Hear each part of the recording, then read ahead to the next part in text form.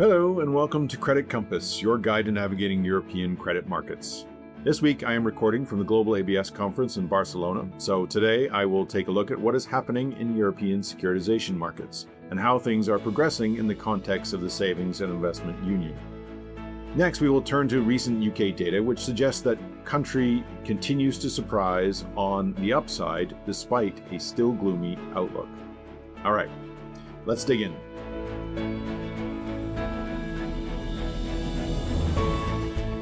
So, for those less familiar, Global ABS is a long-running conference focused on the European securitization market. It has been going for 30 years and now attracts more than 5,000 market participants from across the globe and across asset classes. From trustees to lawyers to investors and, of course, rating agencies, they all descend on Barcelona for a week of meetings and discussion. This year, it has coincided with a visit to Barcelona by the Pope. Let's hope that is a positive sign. It certainly hasn't helped the traffic. The European securitization market has been slowly recovering from the global financial crisis and from what many would argue has been an overly punitive regulatory treatment in Europe. It has recovered in quality and transparency since the crisis, but it has never fully recovered in terms of scale. Compared with the US, Europe remains a much smaller and more bank-dependent market, with investor participation still constrained by capital treatment, reporting complexity, and the legacy stigma attached to securitization after 2008. That has left the market underused as a tool for funding mortgages, consumer credit, SME lending, and other real economy assets. What is changing now is the regulatory direction of travel. Policymakers increasingly see securitization not as a problem to be contained, but as part of the answer to Europe's broader financing challenge.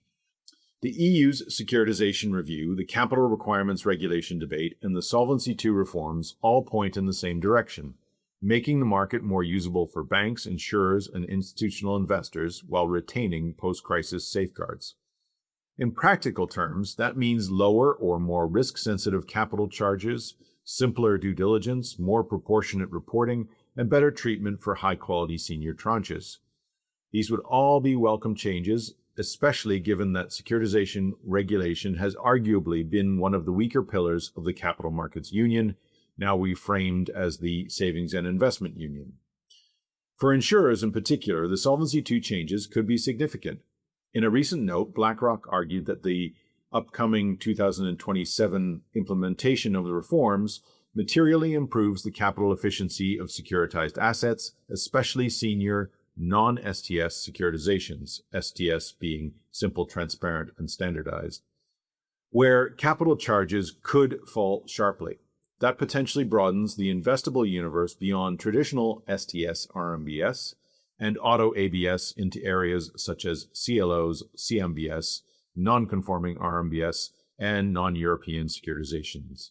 And yes, the ABS market is full of acronyms. The caveat is that the reform agenda is not yet a finished product. AFME's recent commentary suggests that the latest European Parliament position is a step forward, but not yet transformative. The market still needs workable rules for mortgages and non-STS securitizations, a proportionate sanctions regime, and rules that do not deter global investors or private transactions.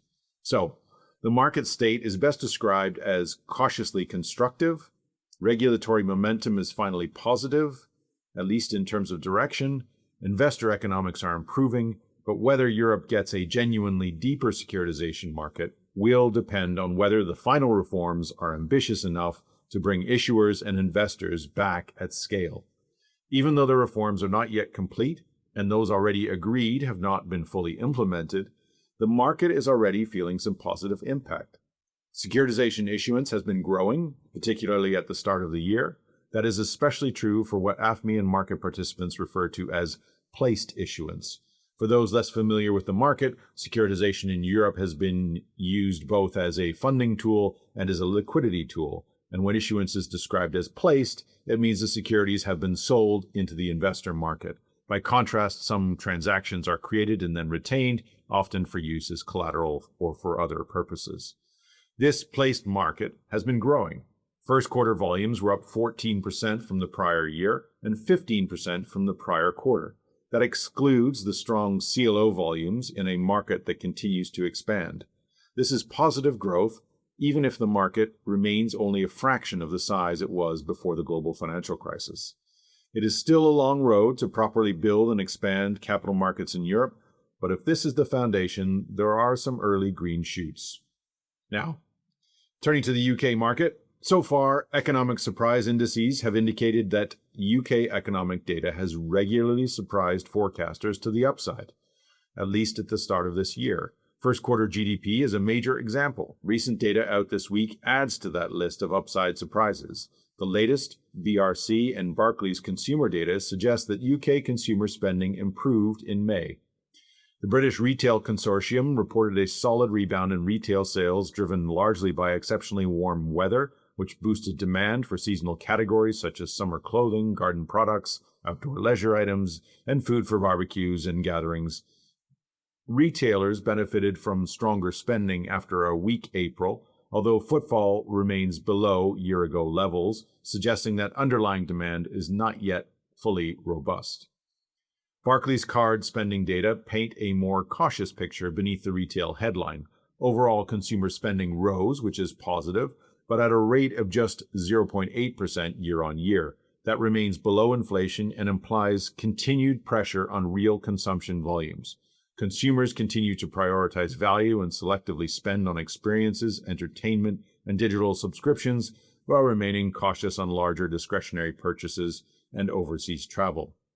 Taken together, the data point to a consumer who is proving more resilient than expected, given the macroeconomic backdrop, but not exactly exuberant. Households are willing to spend when supported by favorable conditions, but broader confidence and purchasing power remain contained. Let's hope the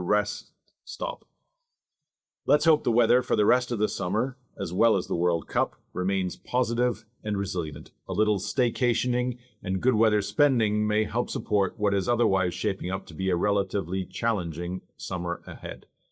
So, where is the market focus this week? Well, broadly, equity markets continue to maintain a buy-the-dip mentality, with each sell-off met by a quick recovery. Fixed income markets, meanwhile, appear to be feeling the weight of growing uncertainty. On one hand, the risk of rising inflation is starting to feed into calculations, with the ECB likely to hike rates tomorrow and potentially again thereafter. On the other hand, the risk that the ongoing conflict involving Iran remains unresolved suggests the potential for a broader shock, which could take some wind out of the AI investment sales. There also remains a great deal of fixed income supply that needs to come through to help finance the expansion of AI infrastructure. At the same time, government spending has not exactly come down, so supply on the sovereign side remains elevated. As Mohamed El-Erian stated in his opening address here at the conference, this is a year of dispersion. As we have said regularly, be vigilant and watch for differentiation across the market.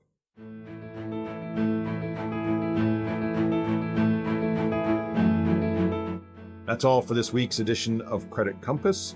You can find these and other reports on macro and credit trends by visiting kbra.com/macrocredit. Until next time, stay curious, stay informed, and stay resilient. Let Credit Compass guide your way.